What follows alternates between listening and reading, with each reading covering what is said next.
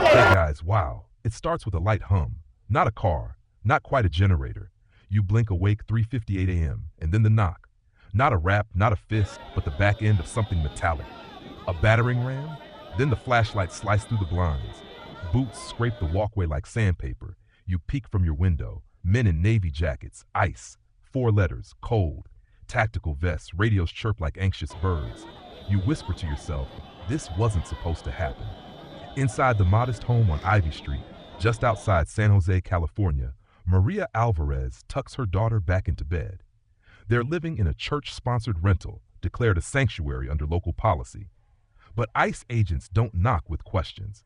They're here on what they call a targeted enforcement action, operating outside the knowledge of local police.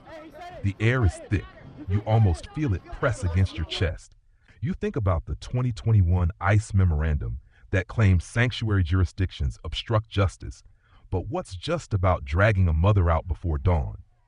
So, before you get comfortable, take a moment to like the video and subscribe, but only if you genuinely enjoy what I do here. Also, post your current location and local time in the comments. I want to know who's watching and where you're watching from. And let's go on the journey of today's story together.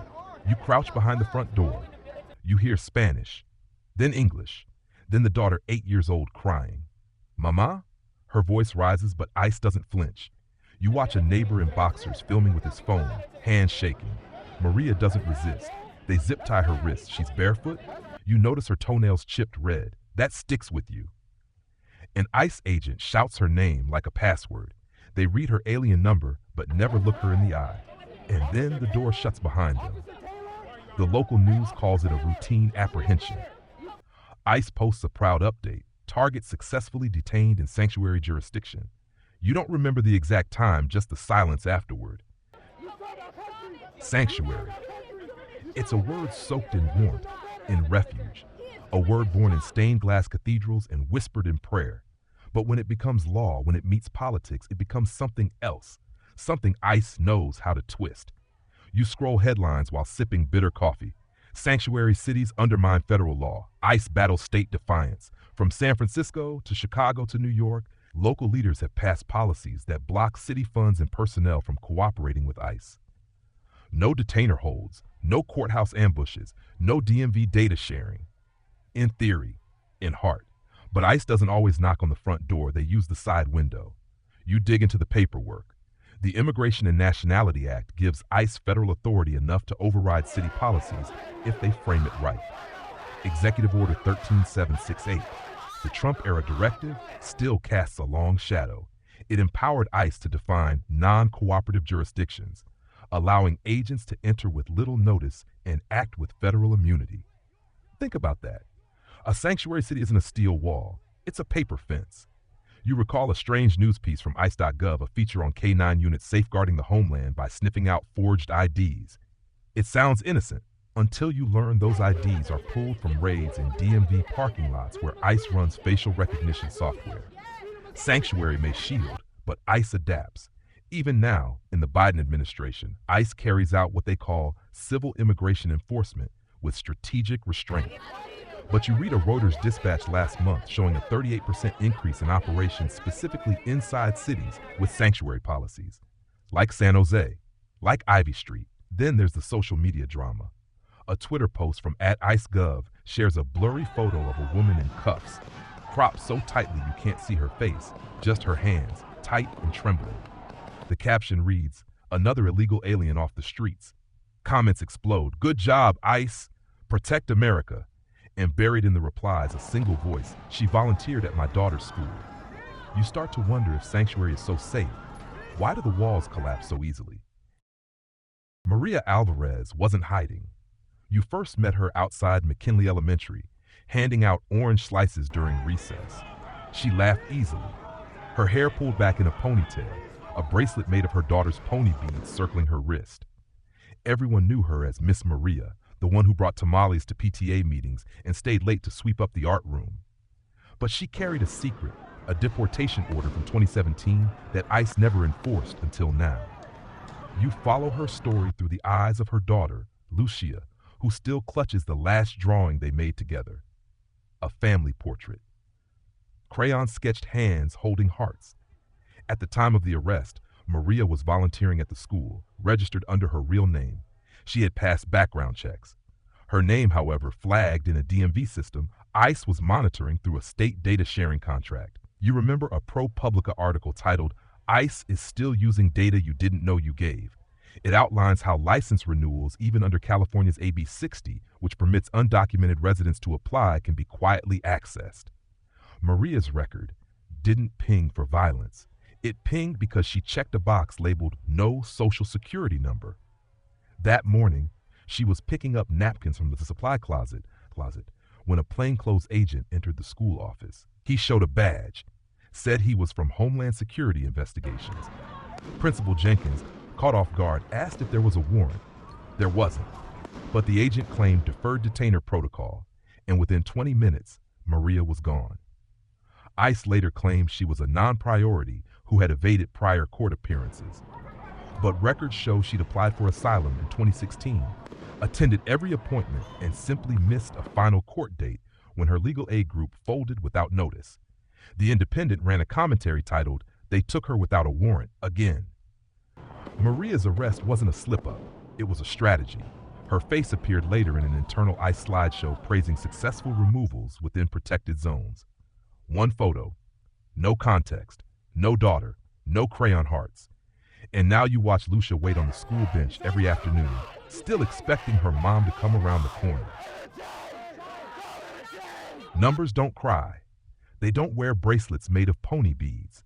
But you still follow them, because buried inside spreadsheets are clues, secrets ICE doesn't advertise but quietly records.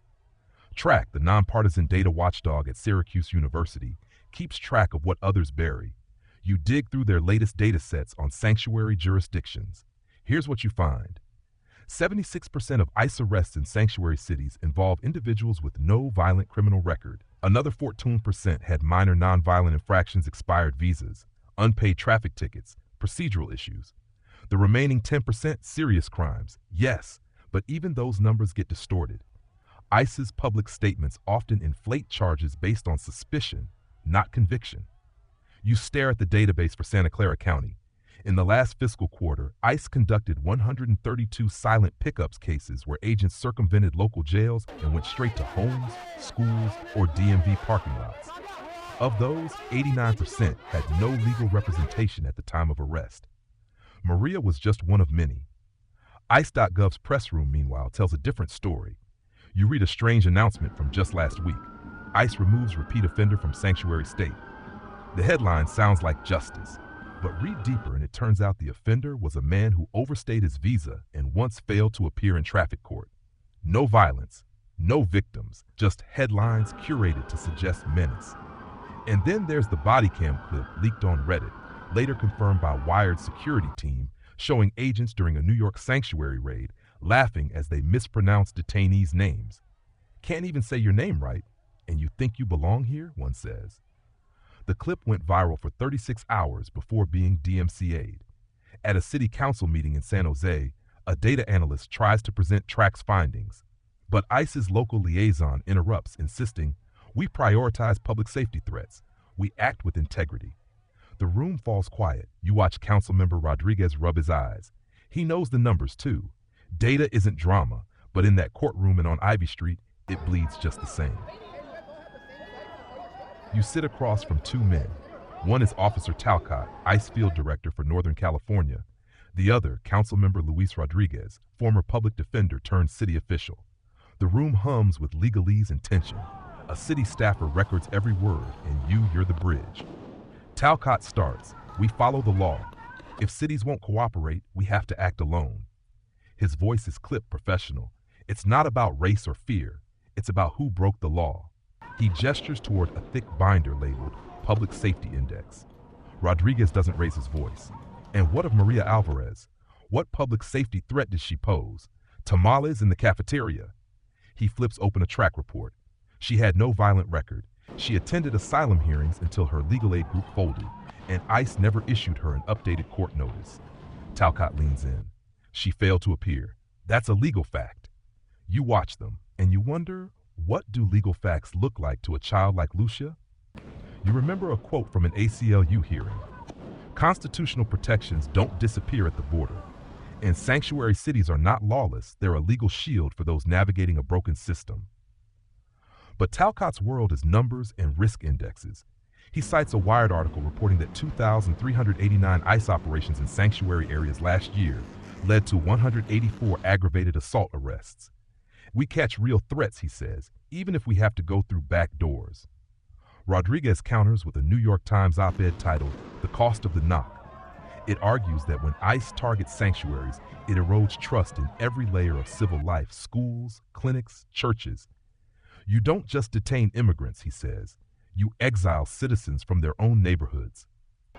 Your mind flashes to the ICE Instagram feed, filtered photos of agents and aviators posing beside police cruisers like it's a reality show.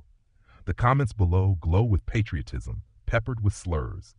You ask yourself quietly, when following orders causes fear, does the badge still protect the badge holder, or does it just hide the eyes from seeing? You knock on the door of the Gonzalez family, Maria's neighbors, now guardians of her 2 kids. Lucia, still clutching the drawing she made with her mom, opens it. Behind her, the living room feels overfull. 2 more families have taken in children whose parents vanished in similar raids. Lucia doesn't speak much now. Her little brother, Mateo, wets the bed again. Every time the doorbell rings, both flinch. Sanctuary City? You wonder what that means to them now. McKinley Elementary set up a fundraiser online, $4,200 raised in a week. Enough for clothes, school supplies, maybe some legal help. But Maria is now being held in the Mesa Verde Ice Processing Center in Bakersfield. It's a 5-hour drive. Lucia hasn't seen her since the arrest. You scroll through your feed and find ICE's official response to the backlash. ICE remains committed to upholding federal immigration laws and ensuring the safety of our communities. Sounds noble until you remember what TRAC reported, that 61% of sanctuary arrests in California never led to formal deportation due to court backlogs or clerical mishandlings. People get locked up while the system figures itself out. You find Maria's name in the court docket. Her next hearing? To be scheduled. No date. No judge assigned. Meanwhile, ICE has quietly expanded enforcement teams in other sanctuary areas. Reuters reports that Operation Resolute Reach added 118 new field agents this quarter alone, despite public statements about downscaling. ICE's narrative of restraint and prioritization feels more like a press strategy than policy. Even local news stations get it wrong. WLWT ran a segment calling Maria's case borderline justified, citing a procedural violation without context. You scream at your screen. They didn't mention her asylum claim. They didn't mention the school. And now Lucia's drawings have changed. You see fences, sad faces. A gray square, she says, is where they put Mama. You ask yourself, is this what federal enforcement looks like in a sanctuary? Or is it something colder, systematic erasure disguised as protocol? You sit at the city park, a bench warmed by the afternoon sun. Nearby, kids laugh as they chase each other around a jungle gym. None of them know what happened on Ivy Street. None know about Maria. But you do, and it weighs on you like a stone in your pocket. Your mind wanders to the Pledge of Allegiance. You said it daily as a child, with liberty and justice for all. But who gets that liberty? Who receives that justice? You look around and see all the signs of a multicultural, immigrant-built city. Salvadoran pupuserias, Korean grocery stores, Punjabi cab drivers waiting at red lights. These aren't strangers. They are America. But policies like these raids suggest something different. That belonging has borders, and some borders are invisible but deadly. Maria's story is not an outlier. You read a Marshall Project investigation that uncovered over 500 cases where ICE detained people who had pending visa applications, valid work permits, or were U.S. citizens wrongly flagged. One man in Arizona spent 11 days in ICE custody before anyone checked his birth certificate. Then there's the obscure, haunting piece from ICE.gov titled "We Do What We Must, Agent Profiles." A featured officer brags about outsmarting local resistance in a Chicago sanctuary neighborhood. He describes it like a game, like he's hunting. You try not to shiver. You think about how far this has drifted. Once, law enforcement aimed to protect and serve. Now, it feels like it isolates and intimidates. The debate in your head grows louder. Can a country respect both border integrity and human dignity? Can you enforce a system without turning every undocumented parent into prey? You remember what Councilmember Rodriguez said: when enforcement exceeds empathy, it stops being justice. You rise from the bench. A young boy chases a bubble. It pops just short of his face. You wish solutions were that simple, just poke and it vanishes. But ICE doesn't pop. It reinforces, it expands. And now the question stays with you. Are you a bystander in this system or a participant? You wake at 4 a.m. again. Not because of sirens, not this time. It's the silence. The kind that lingers after something has been broken and no one knows how to fix it. Lucia's drawing still sits on your table. You meant to frame it, but you haven't. The heart in the center, pink and pulsing, even in crayon, reminds you why you started paying attention in the first place. You open your laptop. A new email from the PTA. Maria's court hearing is finally scheduled. 2 months from now. No guarantees. No bond granted. The school counselor added Maria's family to the district's trauma track list, a quiet ledger of children affected by immigration enforcement. Lucia is number 67 this year. It's July, and you've been there. You saw the agents, heard the zip ties, read the track data, watched the press spins. Now you face the mirror. You ask, what now? You could forget. You could scroll past. Let the algorithms push this story away like yesterday's headline. Or you could act. Share Maria's story. Sign petitions that don't just collect digital dust. Vote in local elections where immigration funding gets decided. Show up at school board meetings. Ask why sanctuary promises don't reach ICE databases. You think of the oddest thing: a footnote in an ICE training manual cited by NPR. It read, agents must remain aware of optics in public spaces. Not ethics, not humanity, optics. But you remember, and you won't unsee. This wasn't just Maria's story. It was yours too, because you live here. Because silence makes room for more raids. So tell this story, share it widely. Add your voice to the growing chorus of those who refuse to look away. Because the agents knocked, because the city flinched, because a little girl is still waiting. And because next time, it might not be someone else. And now, you breathe. You step back from the tension, let it drain from your chest like evening light slipping off a roofline. The world still spins, birds still sing, and somewhere Maria whispers a lullaby through a metal grate, hoping Lucia remembers it. You picture her not as a case number, not as an ICE post, but as a mother whose only crime was hope. The night grows softer now, and you realize something. This story wasn't meant to crush you. It was meant to crack something open, something quiet, something human. Maybe you've never been inside a detention center. Maybe you've never seen a family split apart by policy, but you felt fear. You've held someone's hand when the world turned strange. And so, you understand more than you think. The journey we took today through courtrooms, classrooms, and crayon portraits wasn't just to inform you. It was to remind you that empathy is resistance, that attention is power. So close your eyes now. And if this story stays with you even just a little, then something beautiful has already begun. Because stories don't end, they ripple. And tonight, somewhere in your city, someone is waiting for a ripple.